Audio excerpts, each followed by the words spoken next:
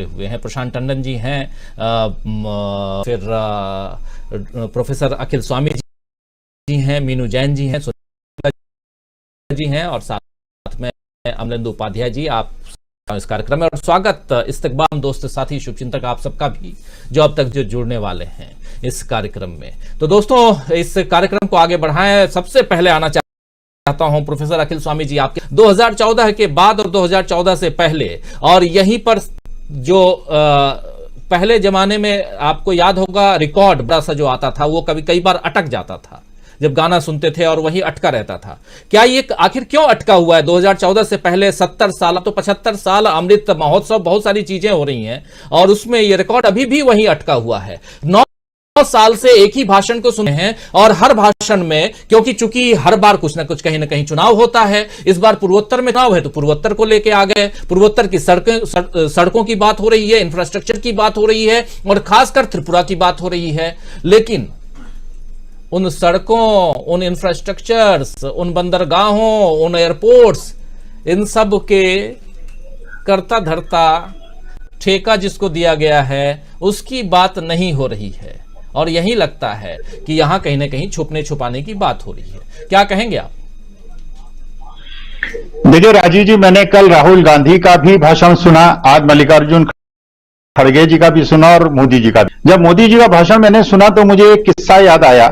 एक बार एक गांव में एक बच्चा अपना एग्जाम का रिजल्ट लेके घर आया तो पिता ने पूछा कि बेटा तेरा क्या रिजल्ट रहा? उसने कहा प्रधान का बच्चा फेल हो गया।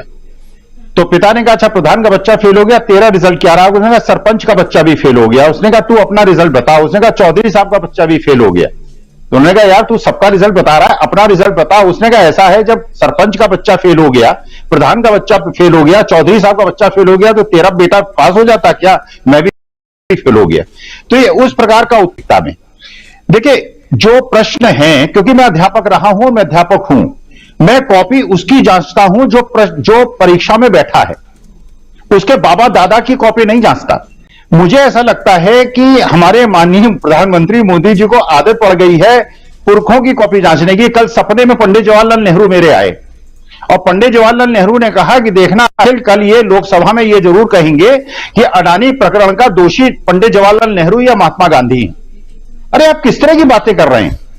माननीय प्रधानमंत्री जी, आप देश के प्रधानमंत्री हैं, पूरा विश्व आपको देख रहा है, पूरा विश्व आपको सुन रहा है। आपसे कुछ प्रश्न पूछे गए हैं, ये आंतरिक सुरक्षा के मामले हैं। आपने अडानी जी का एक बार नाम, आपने LIC का एक बार नाम नहीं लिया, आपने का एक बार नाम नहीं लिया। आपने ये भी नहीं बताया कि अडानी जी ने जो करीब 7,500 करोड़ का ऋण वापस किया है, ये फॉरेन बॉन्ड्स का और फॉरेन बैंक्स का पैसा क्यों वापस किया है? SBI का और LIC का पैसा क्यों नहीं वापस किया? अपने देश की संस्थाओं का पैसा क्यों नहीं वापस किया? क्या आपको यह नहीं बताना चाहिए कि ये जो घटना घटी है और ये जो बेसिक प्रश्न है जो कि आज जनमानस के हर व्यक्ति के दिमाग में, हर आदमी पूछ रहा है कि क्या अडानी जी सही, अडानी जी गलत है? अगर अडानी जी सही है तो देश की प्रतिष्ठा बढ़ जाएगी, अगर अडानी जी गलत है तो अडानी जी से ना मोदी जी को कोई लेना देना है, ना राहुल गांधी को कोई लेना देना है, ना देश को कोई लेना देना है। अगर उन्होंने देश की आंतरिक सुरक्षा से कोई खिलवाड़ किया है, अगर उनकी कंपनी में कोई चाइनीज पार्टनर है और एक बड़ा पार्टनर है जो इस मैनिपुलेशन में साथ देता है, अगर विदेशी ऐसे लोग हैं जिनका पैसा इसमें लगा है, तो क्या यह जरूरी नहीं है कि मनी ट्रैक को ट्रेस किया जाए, पता चलाया जाए कि इसमें किस किस लोगों का पैसा है? FPO में किन लोगों ने पैसा लगाया था, जबकि मार्केट में 3200 रुपए का सेकेंडरी मार्केट में प्राइस था और 2000 रुपए का सेकेंडरी मार्केट में प्राइस था, उसके बावजूद लोगों ने FPO में पैसा लगाया। तो ये कौन लोग थे, किस वजह से इन्होंने पैसा लगाया? क्या इसकी जांच नहीं होनी चाहिए? तो वास्तविकता में मोदी जी का प्रश्न तो मुझे ऐसा लगता है जैसे एक बचपन में किस्सा सुना करते थे, एक बच्चा एग्जाम में आ गया माय फादर, तो उसने ऊपर लिखा माय फादर और नीचे काऊ पे ऐसे लिख दिया।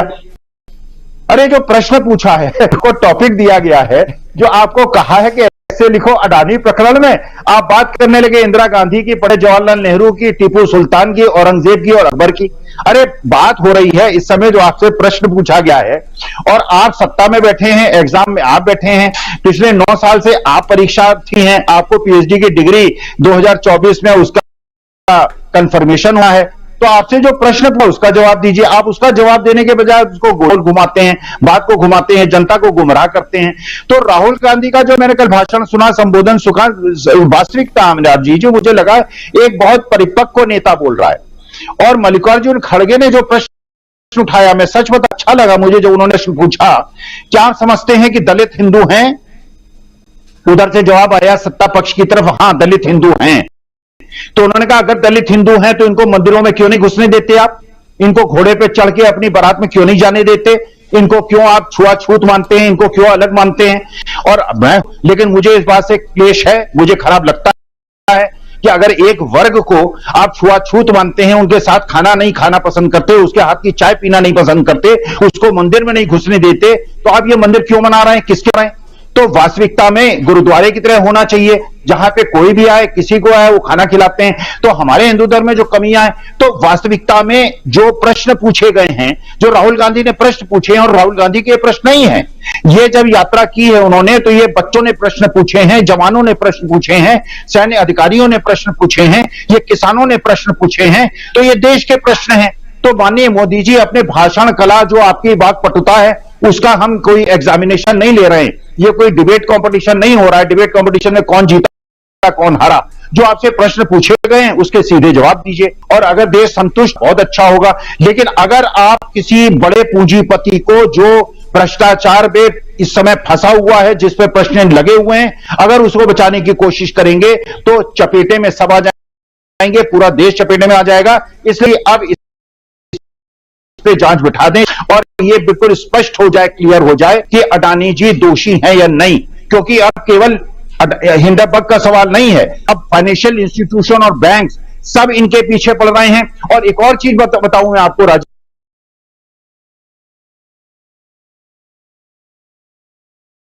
जी, अडानी जी के जितने भी प्रोजेक्ट्स हैं, ये इंफ्रास्ट्रक्चरल प्रोजेक्ट्स हैं। ज्यादातर इंफ्रास्ट्रक्चरल प्रोजेक्ट्स में जो कैश फ्लो होता है बहुत कम होता है। लोग इस पर प्रश्न उठा चुके हैं। इसमें जो रिटर्न है वो 3-4% का रिटर्न है। इतने फॉरेन डेट्स उठा लिए हैं, इंडियन करेंसी डेट्स आपने उठा लिए हैं, इनका आप सर्विसिंग कैसे करेंगे? इनका इंटरेस्ट ऑफ प्रिंसिपल का पेमेंट करेंगे? कब तक आपने राजनीतिक मिल, जो आपने पीएम केयर फंड में या बाकी जगह पैसा दिया हुआ है, उसको फ्लो बैक कर करके आपके ये आपको उबारते रहेंगे?